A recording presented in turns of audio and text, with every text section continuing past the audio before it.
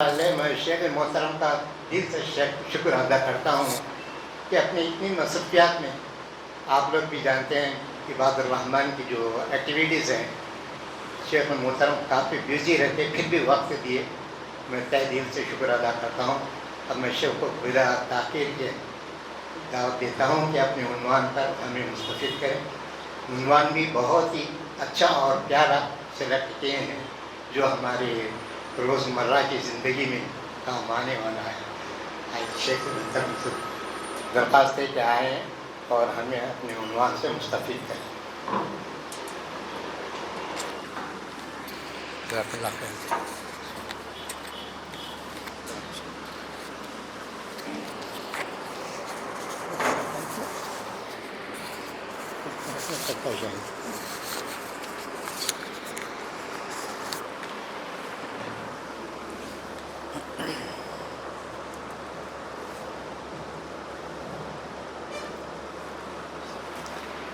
السلام علیکم ورحمۃ اللہ وبرکاتہ. ان الحمد للہ نحمده ونستعینه ونستغفره ونؤمن به ونتوکل علیہ ونعوذ باللہ من شرور انفسنا وسیئات اعمالنا. من يهده الله فلا مضل له ومن يضلل فلا هادي له واشهد ان لا اله الا الله وحده لا شريك له واشهد ان محمدا عبده ورسوله. اما بعد فان احسن الكلام كلام الله وخير الهدى هدى محمد صلى الله عليه وسلم وشر الامور محدثاتها وكل محدثة بدعة وكل بدعة ضلالة وكل ضلالة في النار.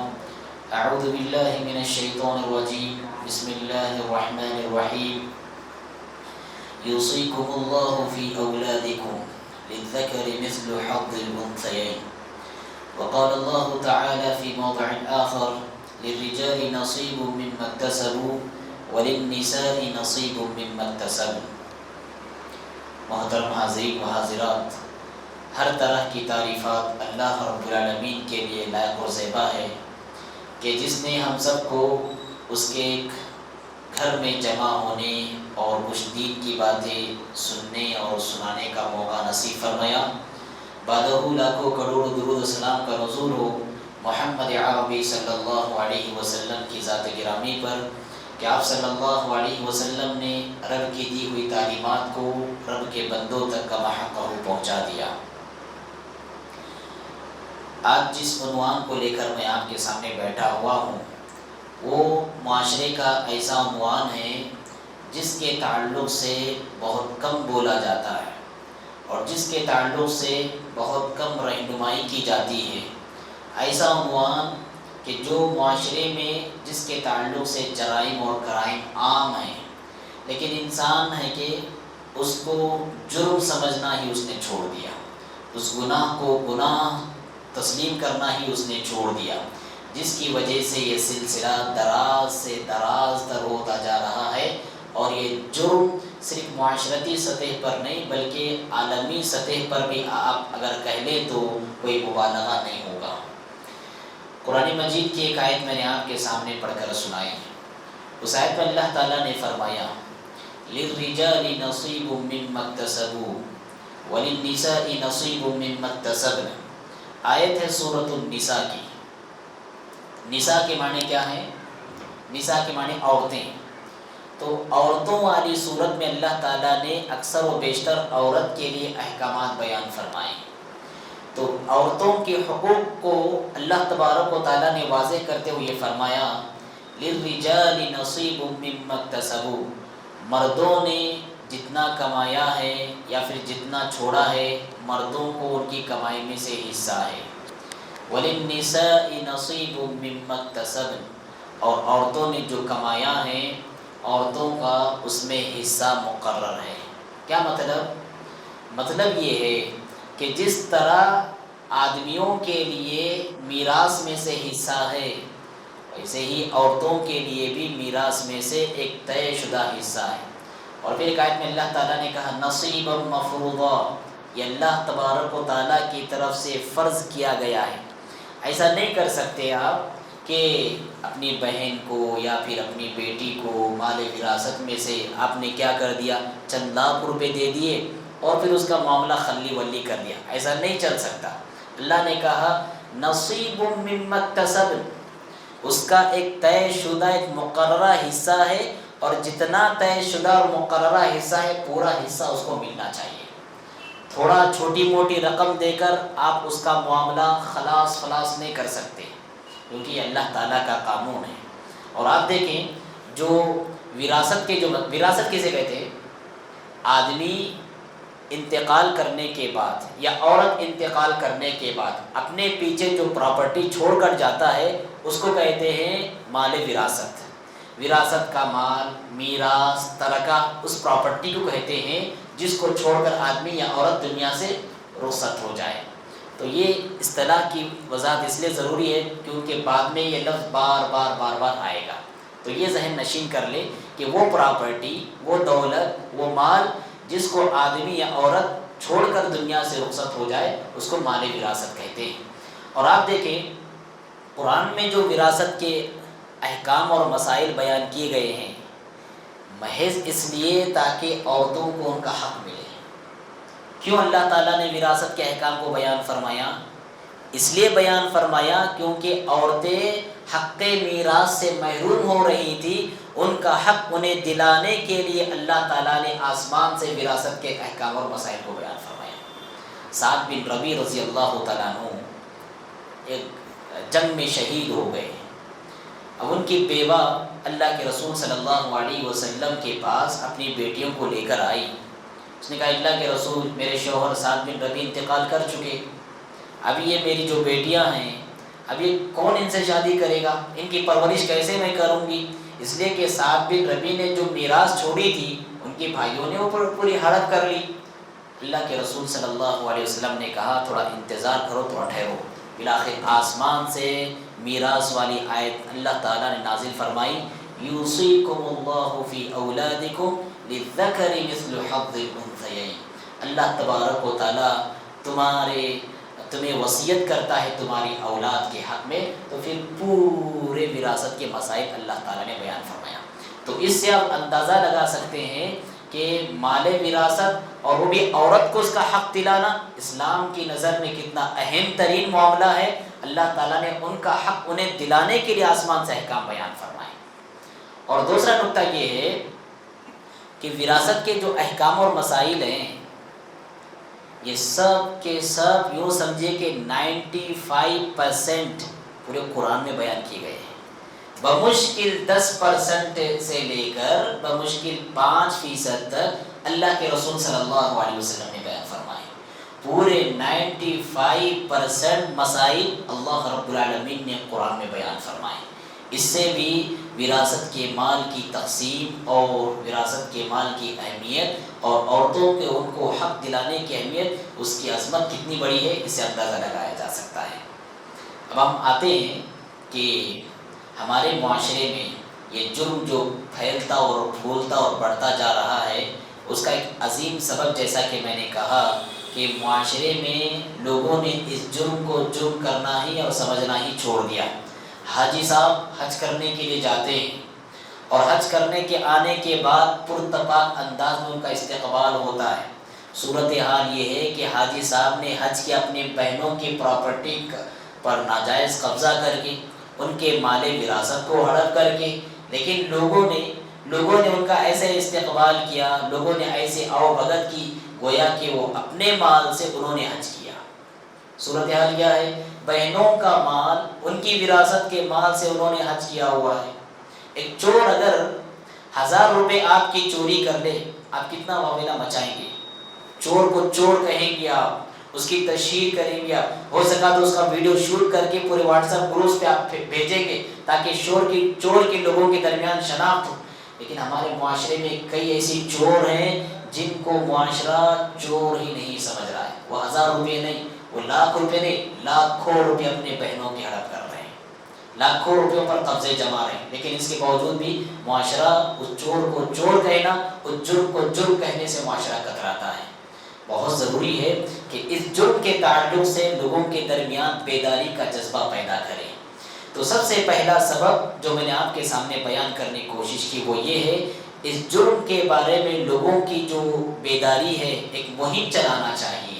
اور ایک اہم سبب یہ ہے کہ لوگ حلال و حرام کے معاملے میں اللہ سے ڈرنے کا جذبہ لوگوں کے اندر کم ہوتا جا رہا ہے۔ اللہ کے رسول صلی اللہ علیہ وسلم نے کیا پیشن گوئی دی تھی؟ آپ نے فرمایا تھا یأتی علی الناس زمان لا یبالی المرء ما اخذ منه ام من الحلال ام من الحرام۔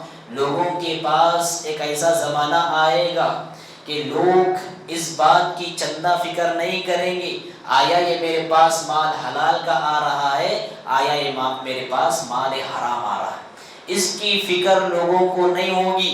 حلال حرام کی تمیز لوگ بھول جائیں گے، بس مال جمانا، مال کو اکٹھا کرنا، مال کو پروان چڑھانا، لوگوں کی صبح و شام یہی فکر اور یہی جستجو۔ اور یہ حدیث آپ صلی اللہ علیہ وسلم نے 1450 سال پہلے بیان فرمائی تھی، لیکن آج ہمارے زمانے میں پوری طرح چسپاں ہوتی نظر آ رہی ہے، جہاں پر غیر دیندار کو تو چھوڑیے، دیندار لوگ بھی اس بلا اور اس آفت اور اس مصیبت میں مبتلا نظر آتے ہیں۔ وہ جو حدیث مشہور ہے، 5 لوگوں کے قدم اس وقت تک نہیں ہٹیں گے جب تک کہ اللہ رب العالمین کو 5 سوالات کے جوابات نہیں دیں گے۔ ان میں سے ایک سوال کیا ہے؟ وَعَنْ مَالِهِ مِنْ أَيْنَ اكْتَسَبَهُ وَفِيمَا أَنْفَقَ۔ مال کے بارے میں سوال ہوگا۔ کیا سوال ہوگا؟ کہاں سے کمایا اور کہاں پر خرچ کیا۔ یہاں اس حدیث کے متعلق جہاں پر کاروبار اور تجارت کے بارے میں سوال ہوگا کہ کیا کاروبار آپ نے کیا، جائز کیا، ناجائز کیا، امانت داری سے کیا یا دھوکہ فراڈ کر کے کیا، جہاں اس بارے میں سوال ہوگا وہیں پر یہ حدیث بتلاتی ہے اس بارے میں بھی سوال ہوگا، آیا بہنوں کا مال لے کر تو نے مال کمایا یا پھر اپنے حق سے مال تو نے کمایا۔ وَعَنْ مَالِهِ مِنْ أَيْنَ اكْتَسَبَهُ وَفِيمَا أَنْفَقَ۔ مال کے بارے میں قیامت کے دن سوال ہونے والا ہے، اور وہ بخاری کی مشہور حدیث، اس کو سن کر تو ہمارے رونگٹے کھڑے ہو جاتے ہیں۔ اللہ کے رسول صلی اللہ علیہ وسلم نے کہا من اخذ شبرا من الارض ظلما، جو بندہ ایک بالش زمین ظلم کے راستے سے کسی کی ہڑپ کرتا ہے، 1 ایکڑ نہیں، 100 گز نہیں، کتنی؟ محض 1 بالش۔ آپ صلی اللہ علیہ وسلم فرماتے ہیں فَإِنَّمَا يُطَوَّقُهُ يَوْمَ الْقِيَامَةِ مِنْ 7 أَرْضِينَ، کل قیامت کے دن 7 زمینوں کا طوق اسے پہنایا جائے گا، 7 زمینیں اس کا طوق اسے پہنایا جائے گا۔ بادشاہین حدیث نے لکھا 7 زمینوں کا طوق پہنانے کا مطلب یہ ہے 7 زمینوں اندر تک اسے مسلسل دھساتا چلا جائے گا اللہ تعالیٰ۔ اللہ ہم سب کو محفوظ رکھے مال کے فتنے سے۔ تو مالی معاملات کے تعلق سے شریعت نے جو تعلیمات دی ہے اور اللہ رب العالمین کا تقوی اختیار کرنے کی جو ترغیب دی ہے، آج یہ تقوی کا جذبہ، اللہ سے خوف کا جذبہ کم ہوتا جا رہا ہے، جس کے نتیجے میں مالی بے رہ روی اور مالی بحران کا ہم سب شکار ہیں۔ تو ضروری ہے اللہ کا تقوی جہاں پر آئے گا، بندہ قدم قدم پھوٹ کر اپنا قدم رکھے گا، 1 روپے کے لیے وہ دیکھے گا کہ یہ حلال طریقے سے آ رہا ہے یا حرام طریقے سے آ رہا ہے۔ امام بخاری رحمۃ اللہ علیہ، ان کے والد گرامی نے کہا تھا، بہت بڑے عالم دین تھے امام بخاری۔ دیکھیں باپ جب حلال مال کھاتا ہے نا، اس کی نسل پر اس کا ایسا اثر ہوتا ہے کہ اس کی نسل کی برکتیں معاشرہ محسوس کرتا ہے۔ امام بخاری رحمۃ اللہ علیہ وہ خود کہتے ہیں میں نہیں جانتا کہ میرے پورے مال میں 1 دینار یا 1 درہم بھی مال حرام کا ہو، ناجائز کا ہو۔ ناجائز تو چھوڑیے، وہ کہتے ہیں کہ میں نہیں جانتا کہ کوئی ایسا روپیہ بھی ہو جو ڈاؤٹ فل ہو، جس کے بارے میں مجھے شبہ ہو کہ حلال کا ہے یا حرام کا ہے۔ اتنا احتیاط کے ساتھ انہوں نے زندگی گزاری۔ باپ جب اپنی اولاد کو حلال کھلائے گا، حلال پلائے گا، پھر دیکھیں اولاد امت کے لیے کیسے برکت کا ذریعہ بن گئی۔ قیامت کی صبح تک کوئی مسجد ایسی نہیں جہاں پر امام بخاری کا نام نہ لیا جاتا ہو، جہاں پر ان کی حدیث نہ پڑھی جاتی ہو، کوئی مدرسہ ایسا نہیں جہاں پر امام بخاری رحمۃ اللہ علیہ کے نام کے تذکرے نہ ہوتے۔ پوری دنیا میں ان کے نام کے تذکرے، اور ان کی کتاب کو اللہ تعالیٰ نے اتنا اعزاز بخشا، اتنا قبولیت عام بخشا، اصح الکتب بعد کتاب اللہ الصحیح للبخاری، قرآن مجید کے بعد اس زمین پر جتنی کتابیں ہیں ساری کتابوں میں سب سے صحیح ترین کتاب بخاری شریف ہے۔ یہ اعزاز ہے۔ تو آپ غور کریں، انسان جب احتیاط بھری زندگی گزارتا ہے مالی معاملات کے سلسلے میں، اللہ تعالیٰ اس کے مالی معاملات کی برکتیں اس کی نسلوں میں رکھ دیتا ہے۔ تو ہمیں اس موقع پر جو کام کرنا ہے وہ یہ کہ مالی معاملات کے سلسلے میں لوگوں کے دلوں میں اللہ کا خوف اور اللہ کا تقویٰ بٹھانا ہے، تاکہ مالی بحران کا جو شکار ہیں یا مالی معاملات کے معاملے میں جو کچے لوگ نظر آتے ہیں اس سلسلے میں وہ اللہ رب العالمین کا خوف اپنے دل میں رکھے اور اس طرح کی جو حرکتیں ہیں ان حرکتوں سے باز آ جائیں۔ اور ایک اہم سبب یہ بھی ہے، سماج، بھائی بہن اور لوگ، ان لوگوں کا دباؤ عام طور پر عورتوں پر ہوتا ہے۔ وہ کیسے ہوتا ہے؟ سماج کیا دباؤ ڈالتا ہے؟ سماج کا دباؤ ہوتا ہے اگر کوئی بہن اپنے بھائی سے، اپنے والدین گزرنے کے بعد اپنے بھائی سے مال وراثت پوچھتی ہے، مانگتی ہے کہ بھائی جان میرا بھی حصہ ہے پراپرٹی، مجھے بھی دے دیجیے، تو بھائی سمجھتے ہیں یا سماج سمجھتا ہے ایسی عورت یا ایسی بہن یا ایسی بیٹی باقی سمجھتے ہیں، جبکہ کوئی بھیک مانگ رہی نہیں، وہ تو اپنا حق مانگ رہی ہے۔ حق مانگنے کو لوگ اور معاشرہ ہمارا کیا سمجھتا ہے؟ حق مانگنے کو باقی سمجھتا ہے۔ اور بھائی کس طرح سے ظلم کرتے ہیں؟ بھائی اس انداز میں ظلم کرتے ہیں کہ یا تو حصہ لے لو یا تو رشتہ چھوڑ دو، حصہ یا رشتہ، اس طرح کے دعوے اور وعدے کرتے ہیں۔ اب بیچاری بہن شادی ہو گئی، اس کی والدین بھی نہیں ہے، اب سہارا ایک بھائی، شوہر کی طرف سے جو بھی مسائل پیش آئیں گے وہ کس کے پاس آئے گی؟ اپنے بھائی کے پاس آئے گی۔ اب وہ نتیجے میں مجبور ہو کر اپنا حصہ تیاگ دیتی ہے، اپنا حصہ قربان کر دیتی ہے۔ اس طرح بھائی اپنی بہنوں کو بلیک میل کرتے ہیں، اور بہنیں بھی کرتی ہیں۔ بہنیں کیسی کرتی ہیں؟ مثال کے طور پر بہنیں چار ہیں اور 3 بہنیں ماشاءاللہ اچھے گھرانے کی مالکان ہیں، اور ایک بہن بیچاری غریب خاندان میں گئی۔ اب 3 بہنیں کہتی ہے بھائی صاحب اب ہم تو الحمدللہ مالدار گھرانے میں ہیں، ہم کو تو حصے اور مال کی ضرورت نہیں، آپ رکھ لیجئے۔ اب یہ بیچاری ایک بہن جو غریب خاندان میں ہے، وہ جب دیکھتی ہے کہ میری 3 بہنیں اس نے اپنے حصے معاف کیے ہیں، اب یہ بھی مجبور ہو کر معاف کر دیتی ہے۔ اس طرح بہنیں بھی کیا کرتی ہے، بسا اوقات ایک قسم کا دباؤ ڈالتی ہے اپنی غریب بہن پر کہ وہ بھی اپنا حصہ قربان کرنے پر مجبور ہو جاتی ہے۔ درست نہیں ہے ایسا۔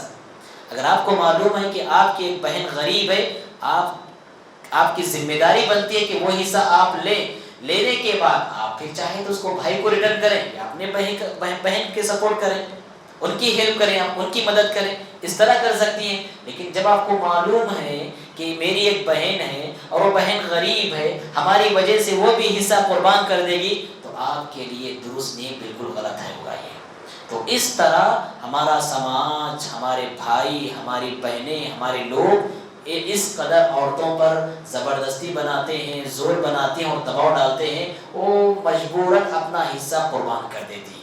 اور بھائیوں کے بلیک میل کرنے کا اور ایک انداز، جب باپ کا انتقال ہو جائے سب جمع ہو جاتے ہیں، خاص طور پر بہنیں بھی جمع ہوتے ہیں، بیٹیاں جمع ہو جاتی ہیں، ایک سوگوار ماحول وہاں پر ہوتا ہے، اور ایسے موقع پر سب سے زیادہ دماغ بھائیوں کا کام کر رہا ہوتا ہے۔ میرے باپ کی پراپرٹی کہاں ہے اور کس کی کیا قیمت ہے، ان کی میت سے زیادہ فکر وہ پراپرٹی کے ارد گرد گھوم رہی ہوتی ہے۔ اور بہنیں وہ میالو ہوتی ہیں، محبتی ہوتی ہیں، وہ باپ کے جدائی کے غم میں آنسو بہا رہی ہوتی ہے، اور بھائی اس کا فائدہ اٹھا کر، اس سوگواری کے ماحول کا فائدہ اٹھا کر وہ پراپرٹی کے پیپر لاتے ہیں، بہن یہاں پر دستخط کر دیجئے، نتیجے میں وہ دستخط کر دیتی ہے اور اپنے پورے حصے قربان کر بیٹھتی ہے، اپنے پورے حصے قربان کر بیٹھتی ہے۔ بسا اوقات بھائی اس انداز میں بھی بلیک میل کرتے ہیں، ان کے ایک نازک حالت کا، ان کے ایک سوگواری کے ماحول کا فائدہ اٹھا کر بہن ان کی جائیداد ہضم کر لیتے ہیں، تو یہ بھی ناجائز ہے۔ تو یہ بھی ایک سبب ہے۔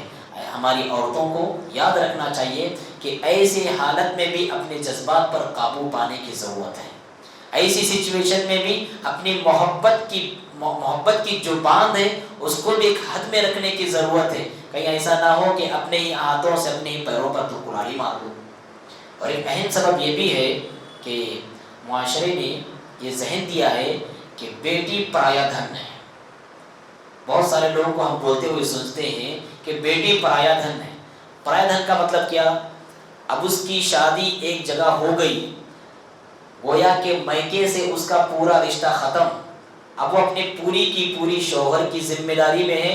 اب جب گھر سے ڈولی اٹھی ہے، اب وہاں سے ڈولا ہی اٹھنا چاہیے۔ یہ ہے بیٹی پرایا دھن۔